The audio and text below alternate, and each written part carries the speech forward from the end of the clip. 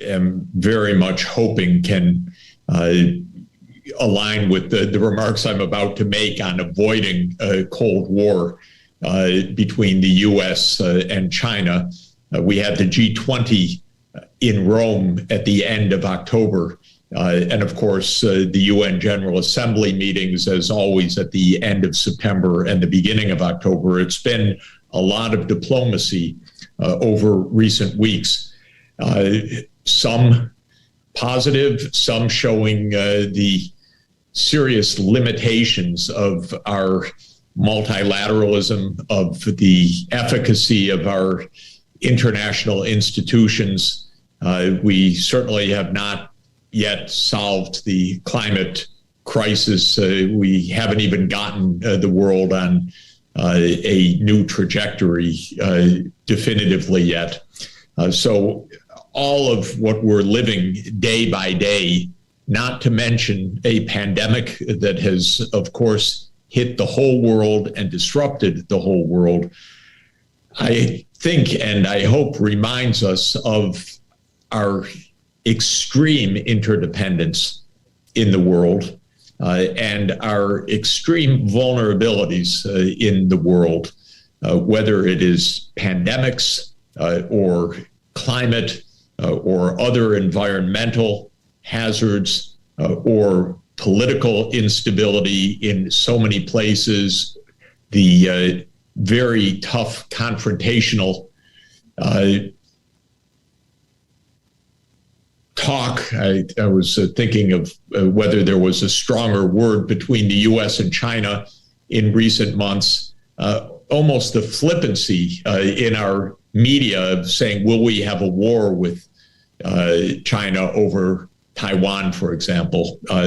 All of this, first of all, frames my remarks, but it also really underpins my main point, which is that we must avoid conflict and must recognize how strong our potential gains from cooperation are, and how the logic of our so-called confrontation with China now, or competition with China, is really not logic at all. It's a very dangerous misunderstanding, in my view, of the real situation that our countries face.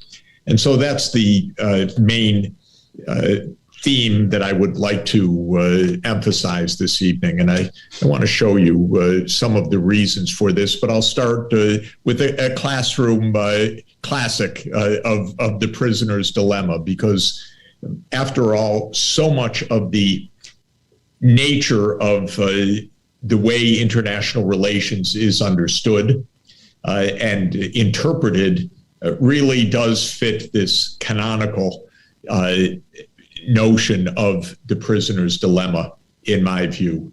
We have this dyadic relationship, this two-country relationship of the two most powerful countries in the world, the United States and China.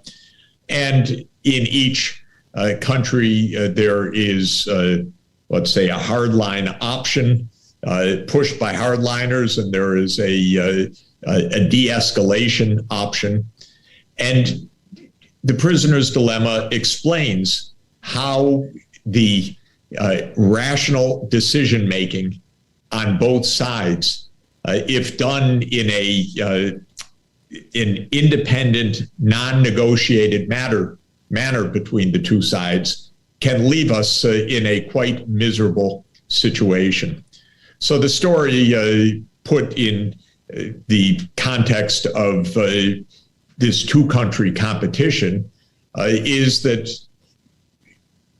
it is better for both China and the U.S. to live in a world of mutual de-escalation.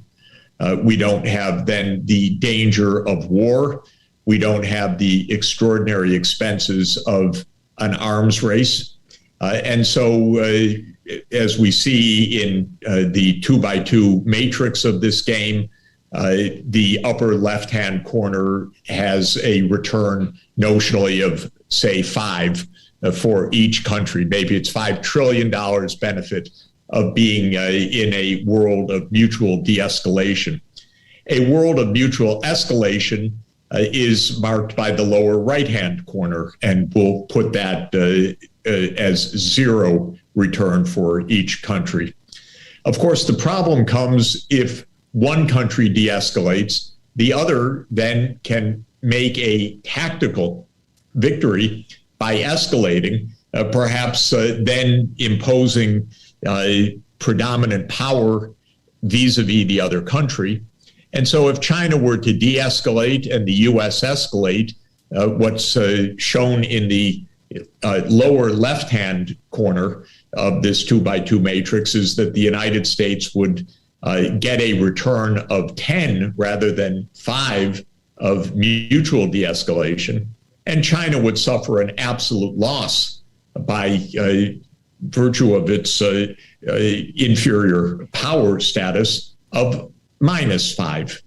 And similarly, if the U.S. were to de-escalate, but China continued, for example, to arm and escalate, the United States might lose its influence in Asia as a result, and that would mean a loss of 5 for the United States and a gain of 10 for China. Well, this is a very familiar game, and put this way, the problem is well known, that if China chooses to de-escalate, the United States has the best advantage in escalating. If China chooses to escalate, it certainly behooves the United States to escalate. It turns out that escalation is America's dominant strategy, no matter what China does. And since the situation is symmetrical, China would see that its best strategy is to escalate, no matter whether the U.S. de-escalates or escalates. And as we know now for the last 70 years of thinking about this prisoner's dilemma, both countries end up in the lower right-hand quadrant with no gains at all, and therefore have lost the benefits of avoiding an arms race. Each one says, no matter what the other country does, it's better for me to be tough. And so both are tough, and the loss is experienced by both, who spend a tremendous amount of time and perhaps actually engage in open conflict with the other. So, as is well known, the equilibrium, the so-called Nash equilibrium, is the lower right-hand corner. And realists in international affairs will tell you, well, I believe in peace through strength. This is the only thing we can do. We must be tough. We must be strong. This is the only way. And China's going to be that way as well. So we certainly should not in any way think about de-escalating from our current situation. Clearly, there is a mutual gain waiting to be enjoyed if both sides would be able to make a move from a hardline position to a more dovish position, if you call it that, or a position of de-escalation. And the prisoner's dilemma is a dilemma because we end up in the non-cooperative lower right-hand quadrant and give up the gains from cooperation.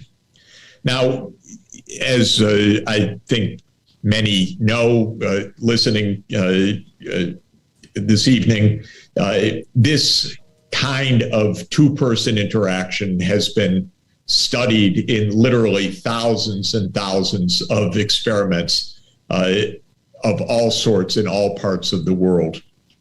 And the interesting point is that the actual participants in games like the prisoner's dilemma generally are able to find their way to the cooperative outcome.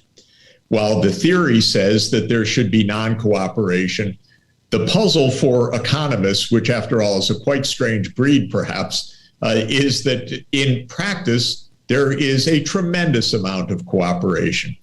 And one way, not surprisingly, to get that cooperation is if you have two people play a prisoner's dilemma and they're able to talk with each other before they decide on their moves.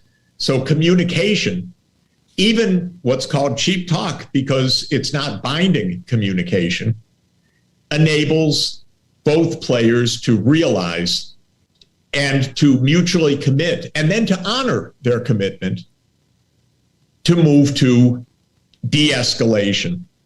Well, there are endless theories written about this, that we are evolutionarily primed to be able to cooperate, that cooperative behavior was selected for various reasons. Darwin in The Descent of Man, written 150 years ago, in fact, this year in 1871, speculated on the reasons why human beings inherited at least the potential for cooperation.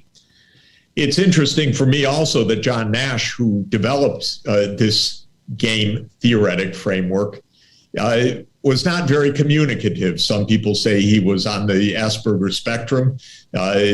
Certainly there was a sense that a game was not a game of communication. A game was taking as given what the other country or the other partner or the other opponent is doing, and then choosing one's best strategy, taking as given the strategy of the other.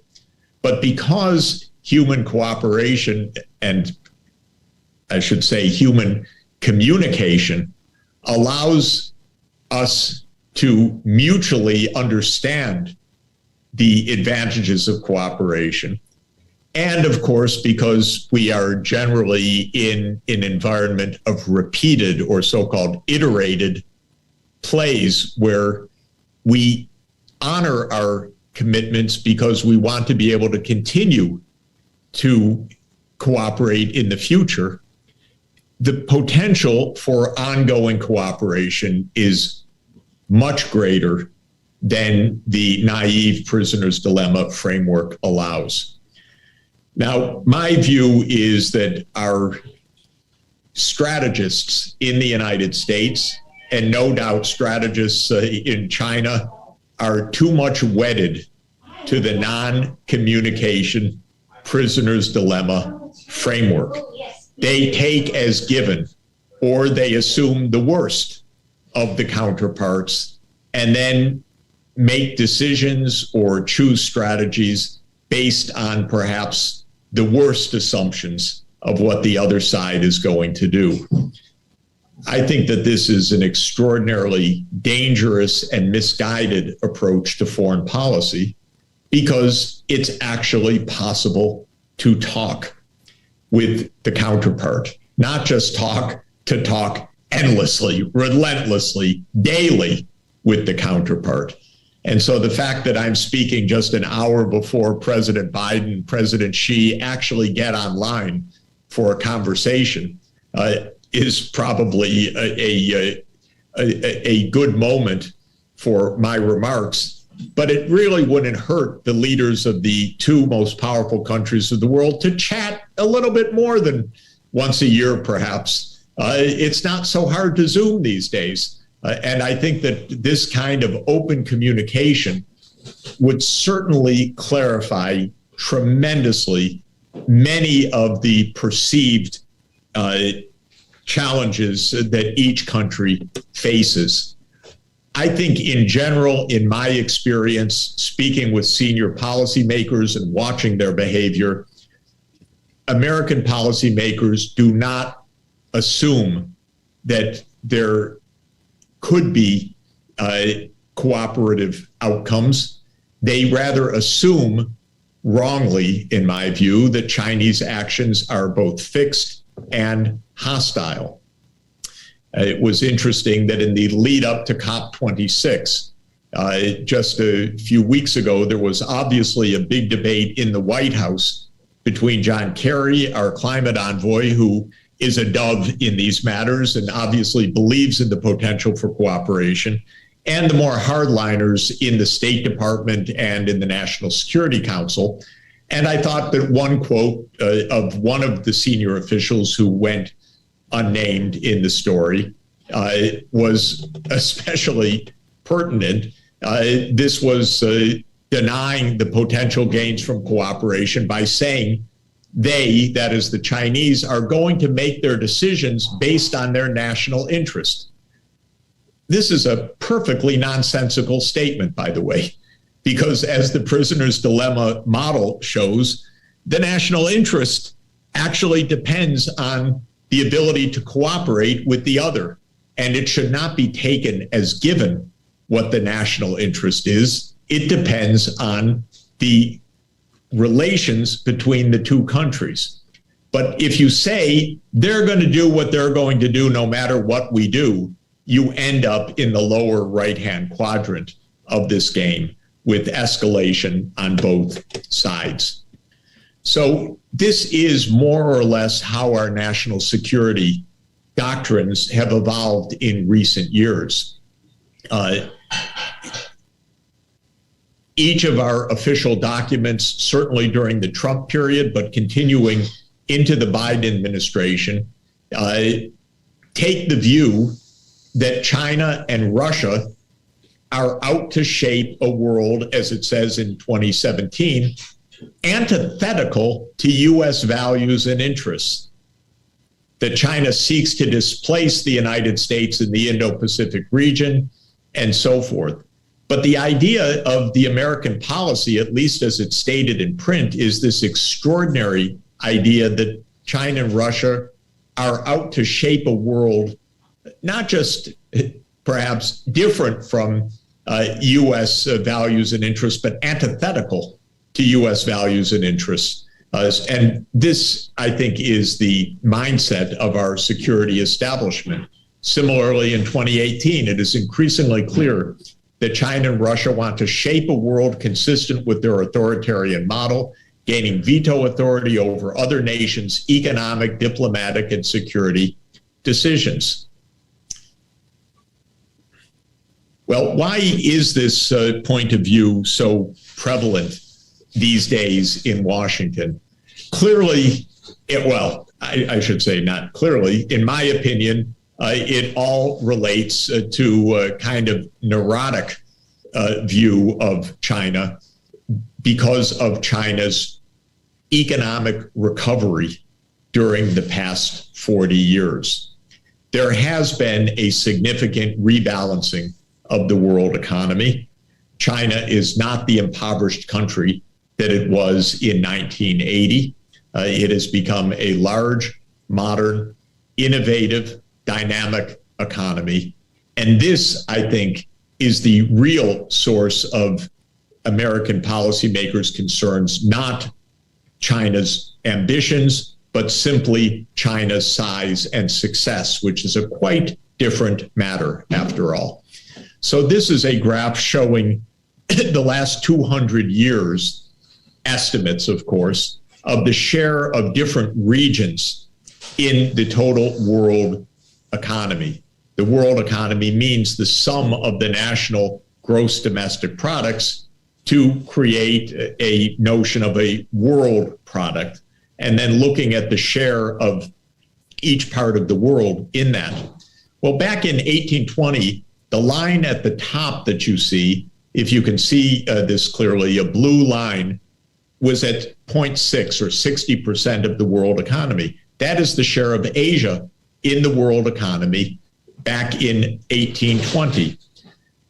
It may seem surprising that Asia had 60% of the world economy, but remember, Asia had 60% of the world's population.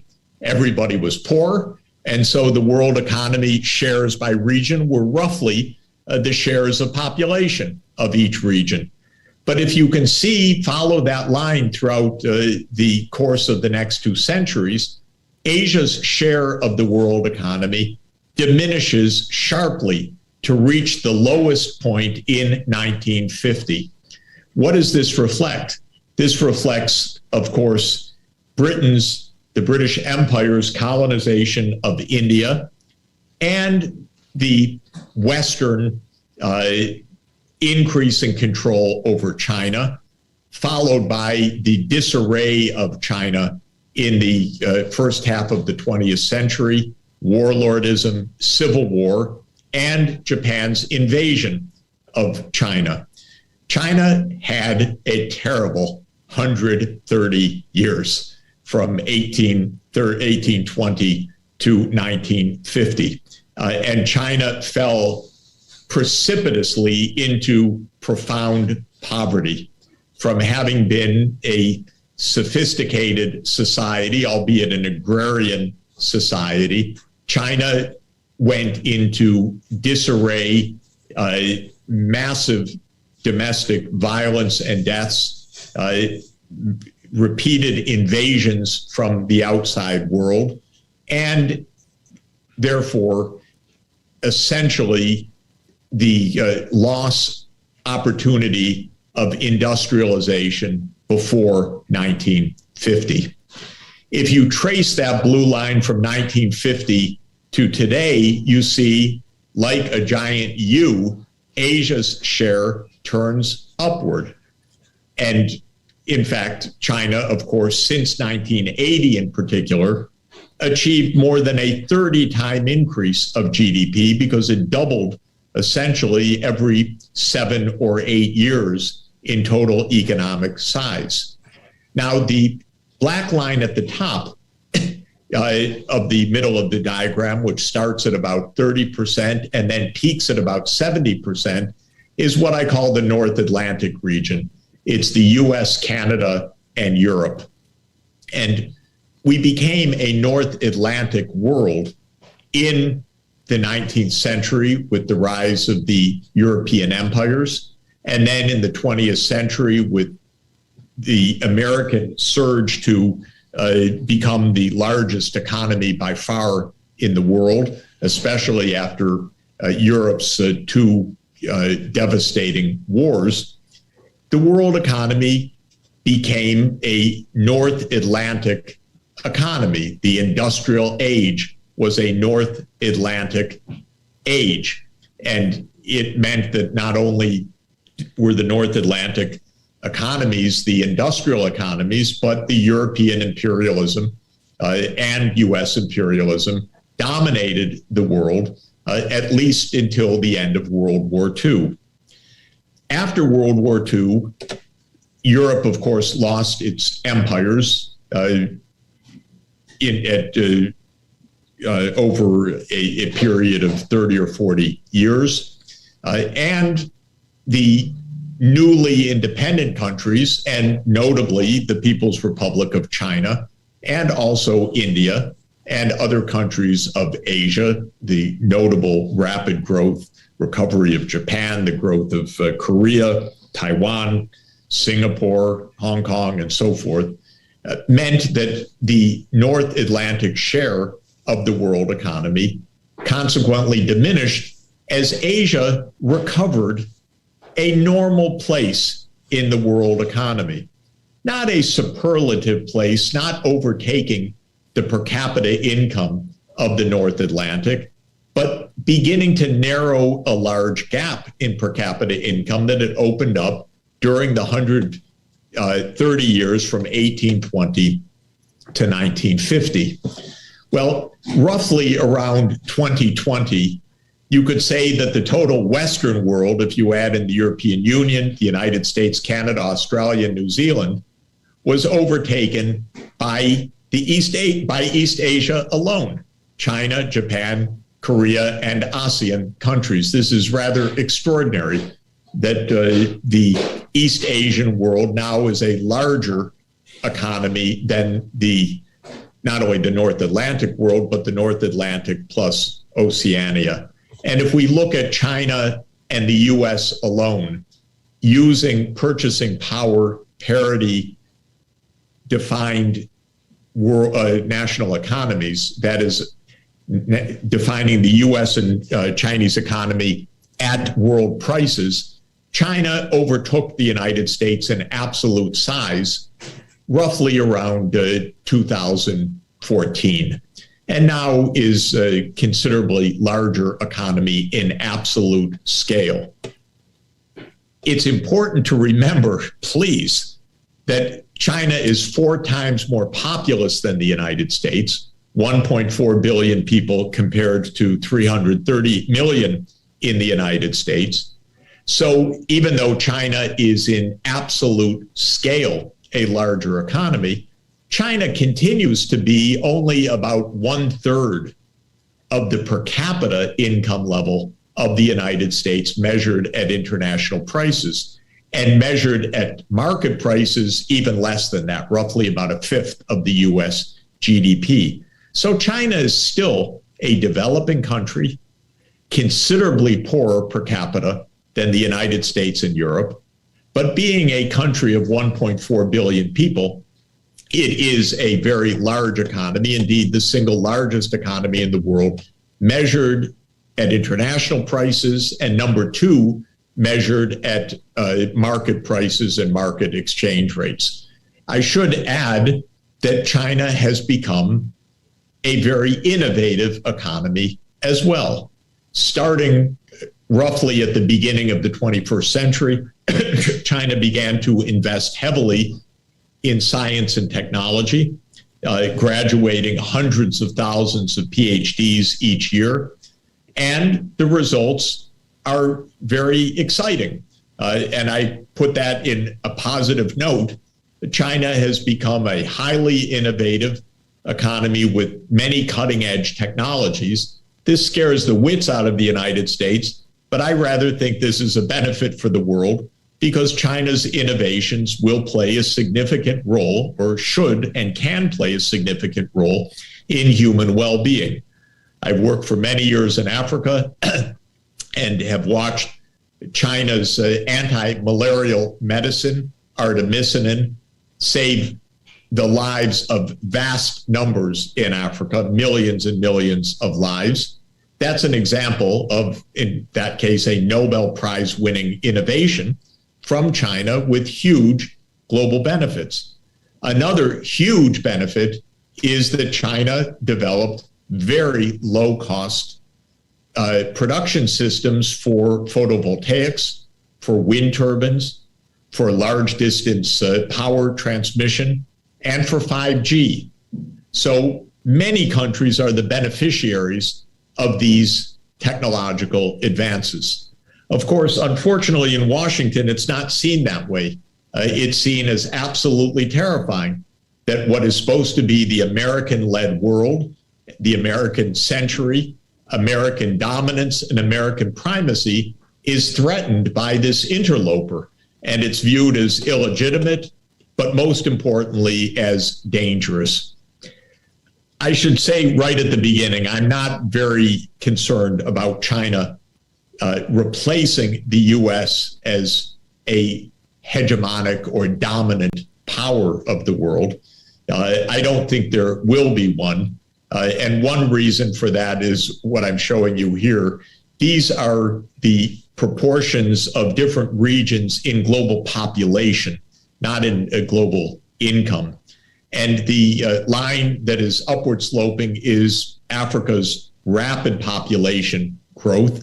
Africa now has about 1.4 billion people, including sub-Saharan and Northern Africa, so about the same size as India and China, but it's on a path to double in the next 20 or 25 years. And it is on a path to basically triple, to reach more than 4 billion people by the end of the century, if current fertility patterns were to continue as projected. But China, mind you, is on a path, that's the East Asia line, the blue line. China's on a path of a rapid decline of population, not only the one-child policy, but the continuation of low fertility rates even after the lifting of the one-child policy. And it's estimated that China's population, which is today 1.4 billion, will be about 1 billion by the end of the 21st century. And the age will be quite old. China probably will have a median age of perhaps 55 or 57 years. My view is that these will be tremendous social challenges. China has a tremendous amount of catching up to do still. Massive social challenges of an aging and declining population. And none of it adds up to me as remotely being hegemonic in prospect. But I should say that the American mindset of our policymakers is quite different.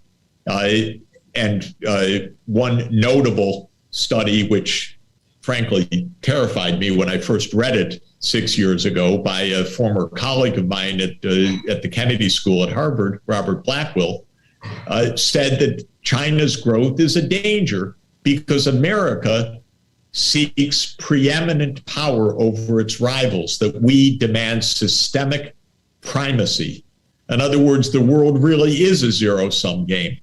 There is no room for China to succeed.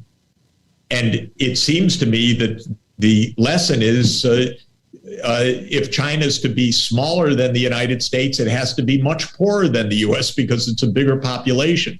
But that seems to be the logic of the Washington establishment.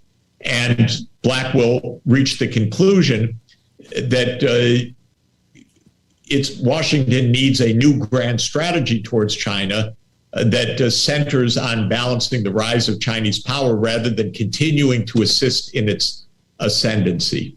So all of this is to say that China's rise, though still far behind the United States and Europe in per capita terms, because of China's absolute size and because of China's growing technological preeminence, is viewed as a threat to the United States, mainly, in my view, because the United States has a zero-sum view of the world, or American policymakers and strategists do, that the United States must remain on top. The notion of Cornell's seminar series that we have a multipolar world is not accepted. We must have a world, according to U.S. strategy, in which the U.S. is the dominant power. And the U.S. is in the business right now of trying to maintain its preeminence in dangerous ways. One way is this recent announcement by the Secretary General of NATO that NATO will expand its focus to counter China's rise. I find this wrongheaded in every way. NATO, in my mind, is in any event an anachronism. It was a military alliance to counter a country that no longer exists, the Soviet Union. But it is looking for a new mission, and apparently the United States views NATO's new mission as a kind of expeditionary force to protect American primacy in the world, which, in my opinion, is not of fundamental interest for Europe, and I would say not a fundamental interest for the United States, but rather the kind of logic that will get us to the lower right-hand quadrant of the prisoner's dilemma. It's worth asking which of our countries is actually the more belligerent, the less trustworthy, the more unilateral. And I would argue that the United States is far more unilateral and than China. So our attribution to China of ill motives vis-a-vis the United States is more perhaps psychological projection than it is reality. I'll give you a few examples. The United States simply stopped ratifying UN treaties actually decades ago. It's almost a truism in the United States Senate that if the world wants it, the U.S. should not accept it. Because after all, the U.S. needs to have the primacy, not simply the cooperation with the rest of the world. So most of the UN treaties of recent decades remain unsigned by the United States, while China has signed almost all of these treaties, or perhaps all of these treaties on this particular page. I should be more clear about that in this slide. But the United States has not. Of course, the United States has been engaged in rampant, and I would say reckless, destructive, and failed military and CIA interventions all over the world for the last 76 years, since 1945, whereas China has been engaged since 1980 in not one overseas war at all. So since 1980, which was the end of China's temporary incursion into Vietnam, China has not been engaged in one overseas conflict, whereas the United States went to war in Central America, it went to war in the Middle East, it went to war in Africa, it went to war in the Arabian Peninsula, it went to war in Syria, Libya,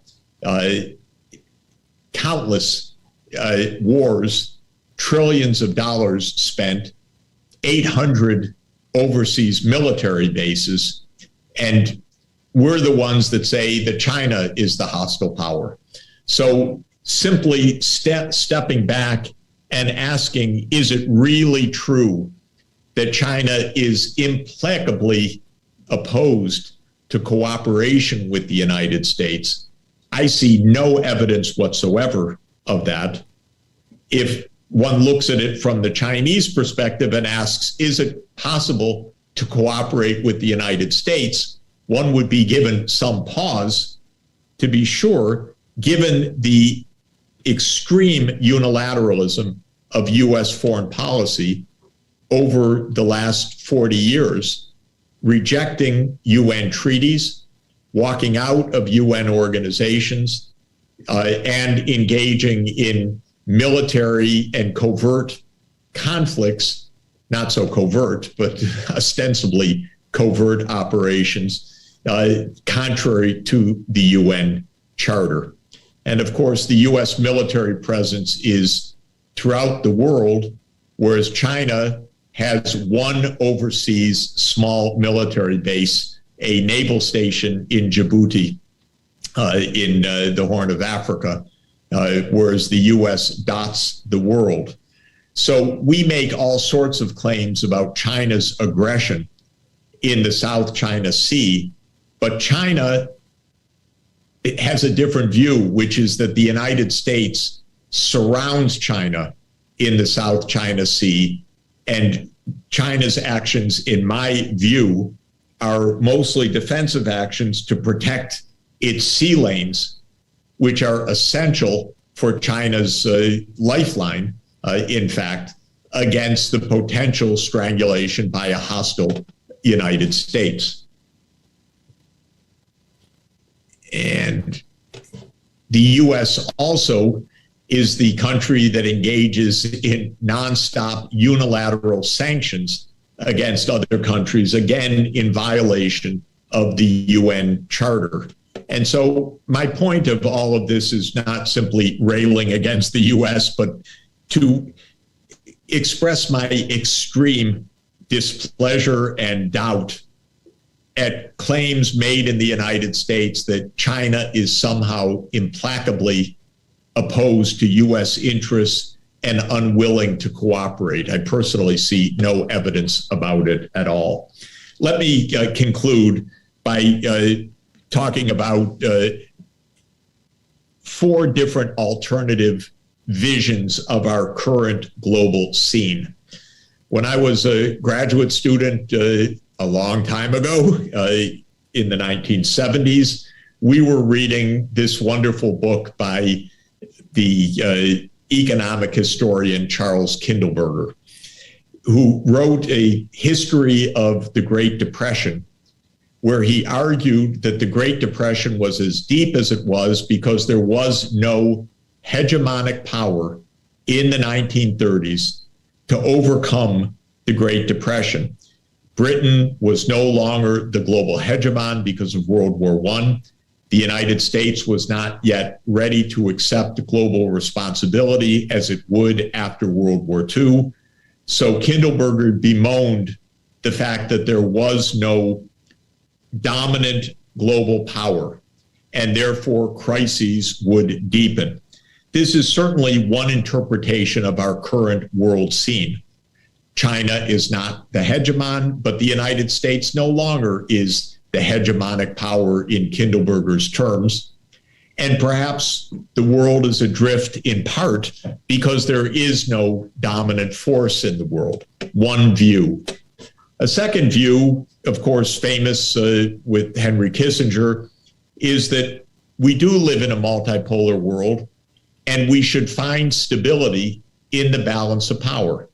And Kissinger's notion of this, of course, is the Metternich Bismarckian world of Europe in the 19th century, the century of relative peace, although there were a lot of wars, actually, between the end of the Napoleonic Wars and the outbreak of World War I. And Kissinger believed that one could maintain a balance of power. Realism would say everybody arms, but that doesn't mean war, because a balance of power prevents aggressive action by any one of the protagonists.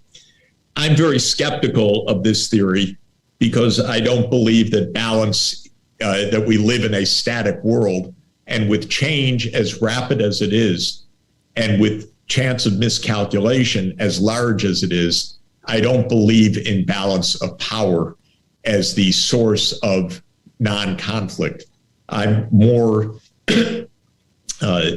pessimistic about a balance of power because I believe that grave accidents or misunderstandings can cause a disaster like World War I or the near end of the world at the Cuban Missile Crisis. And so the balance of power theory leaves me extremely worried.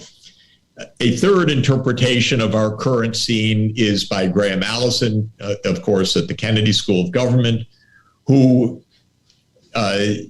analogizes China's rise with the rise of Athens after the Persian Wars, and therefore the competition between Sparta and Athens that eventually led in 431 BC to the outbreak of the Peloponnesian Wars. And so since Thucydides was the chronicler of the Peloponnesian Wars, Allison has called this the Thucydides trap.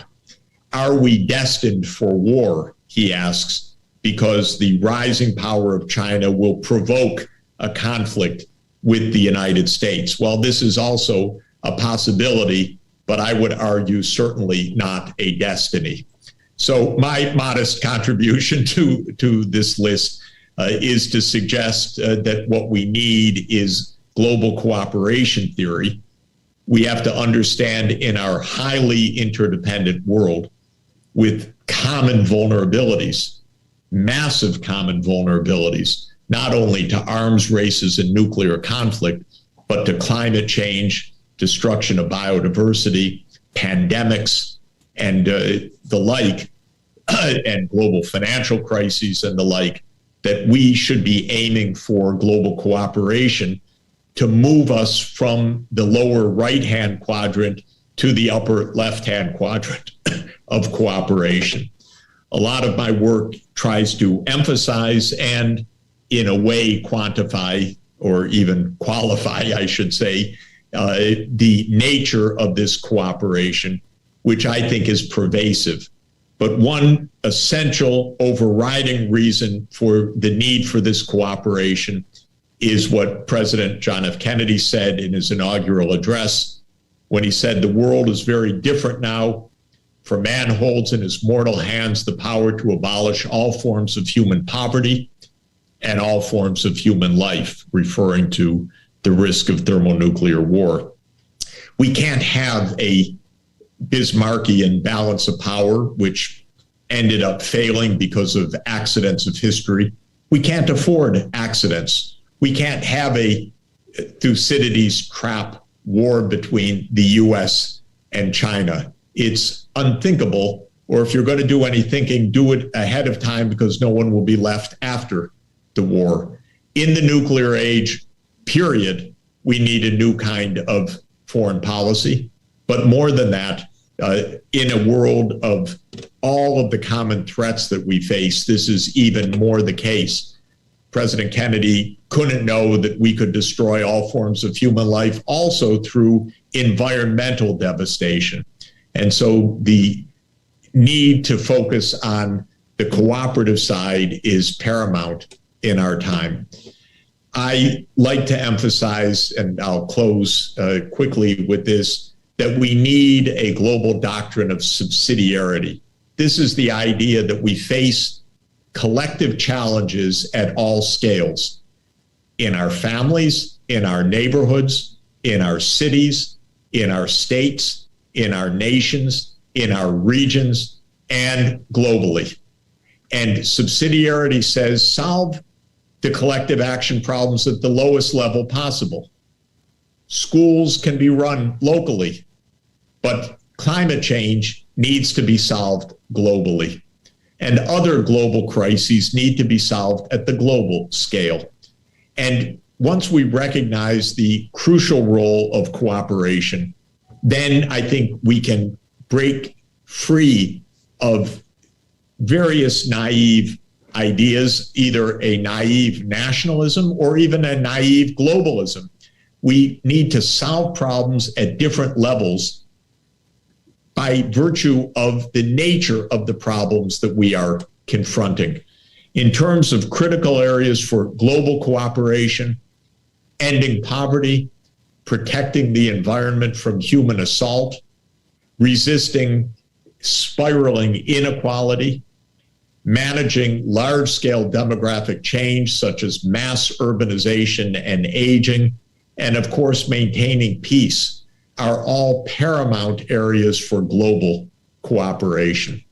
These sustainable development goals are areas needing global cooperation for their achievement and avoiding a new divided world.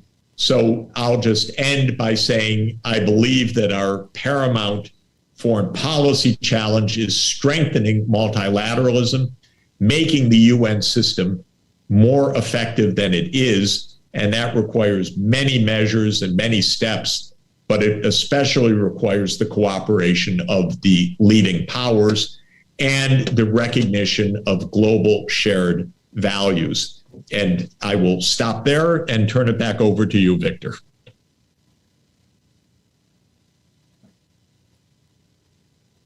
Very much for this extremely incisive and clear argument against a new Cold War and for global cooperation. We have time for a few questions. This lecture ends at 6 p.m. and we have now about 7 minutes. The first question poses the problem. There has been a significant centralization of power in China under Xi Jinping.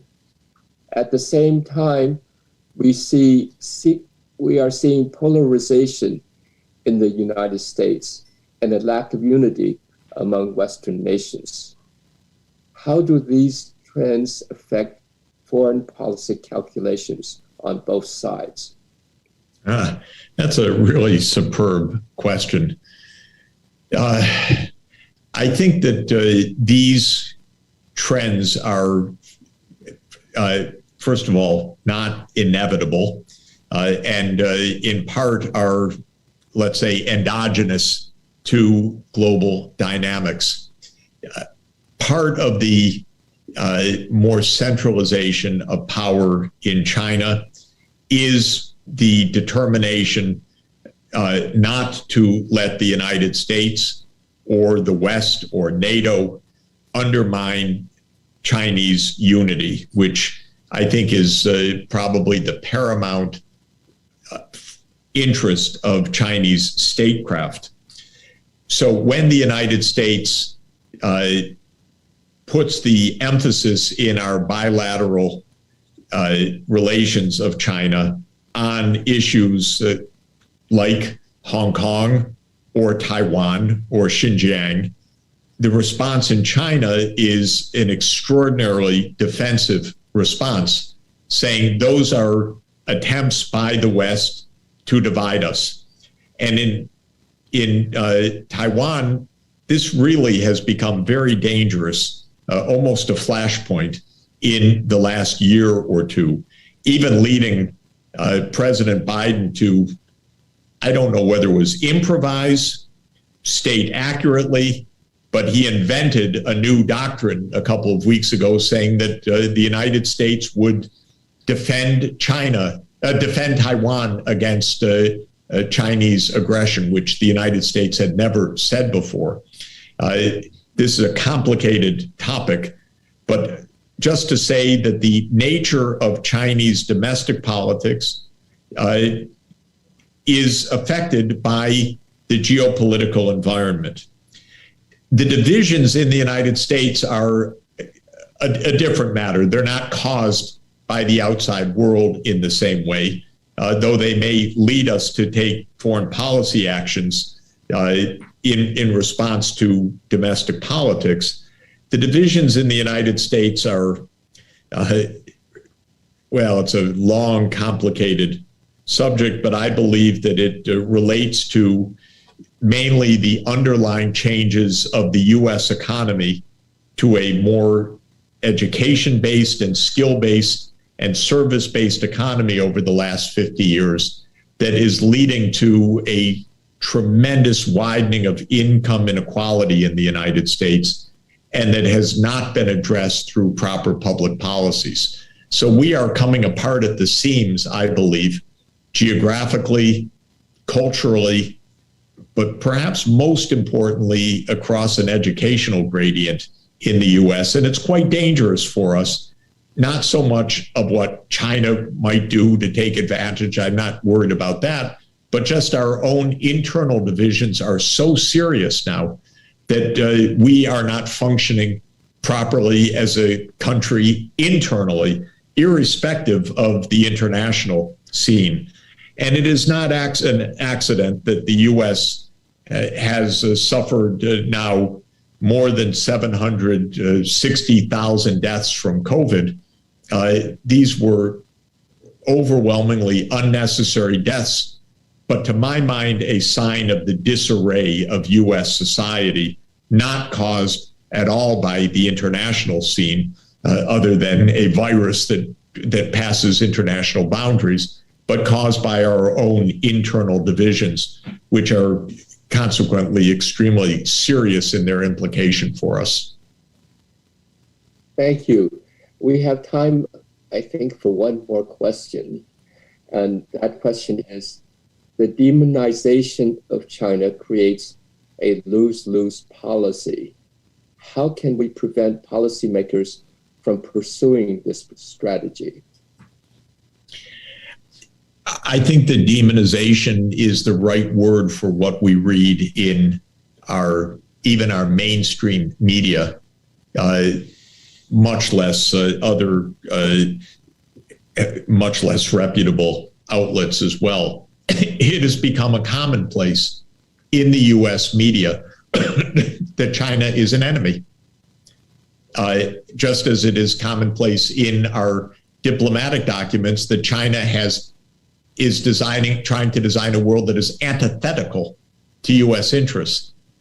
Of course, from a substantive point of view, the right way to think about these issues, in my view, is to try to see the world from the perspective of the other party. That's what I tried to do briefly in my remarks, to understand China's perspective from a perspective of China's history, China's perspective from the perspective of viewing U.S. behavior, and so forth.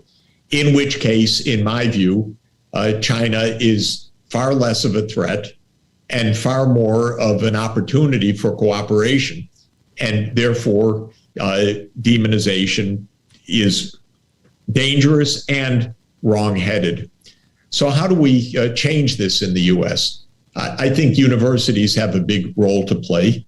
It is our job to think as clearly as possible, but also many of us have ongoing, long-standing work programs with Chinese scholars, with Chinese universities and so forth. We create many of the sinews of cooperation. I am repeatedly in touch with my former students or my colleagues on joint research projects and so forth. And of course, I've traveled to China pre-COVID, typically 2 or 3 times a year for nearly 40 years. And so it is the human connections that I think are extremely important, but also raising our voices to not slip into a mindless mindset. And that, I think, is our big danger. We should not be complacent or even viewing this as maybe silly. The situation has become dangerous, not because of China's aggression, but because of a mindset. And this, I think, creates the risks of self-fulfilling crisis. I don't want Taiwan to be a flashpoint. I want to emphasize that we support the one China policy. I don't want to hear the president of the United States talk about war in Taiwan and what the United States would do.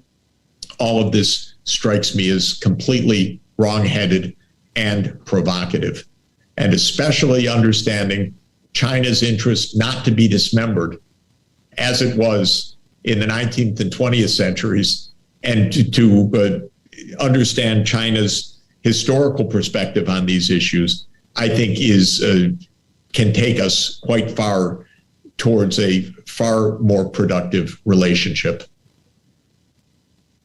Well, thank you very much. And this is, we've run out of time. And certainly the last point is well taken. The Republic of China has in its constitution that it is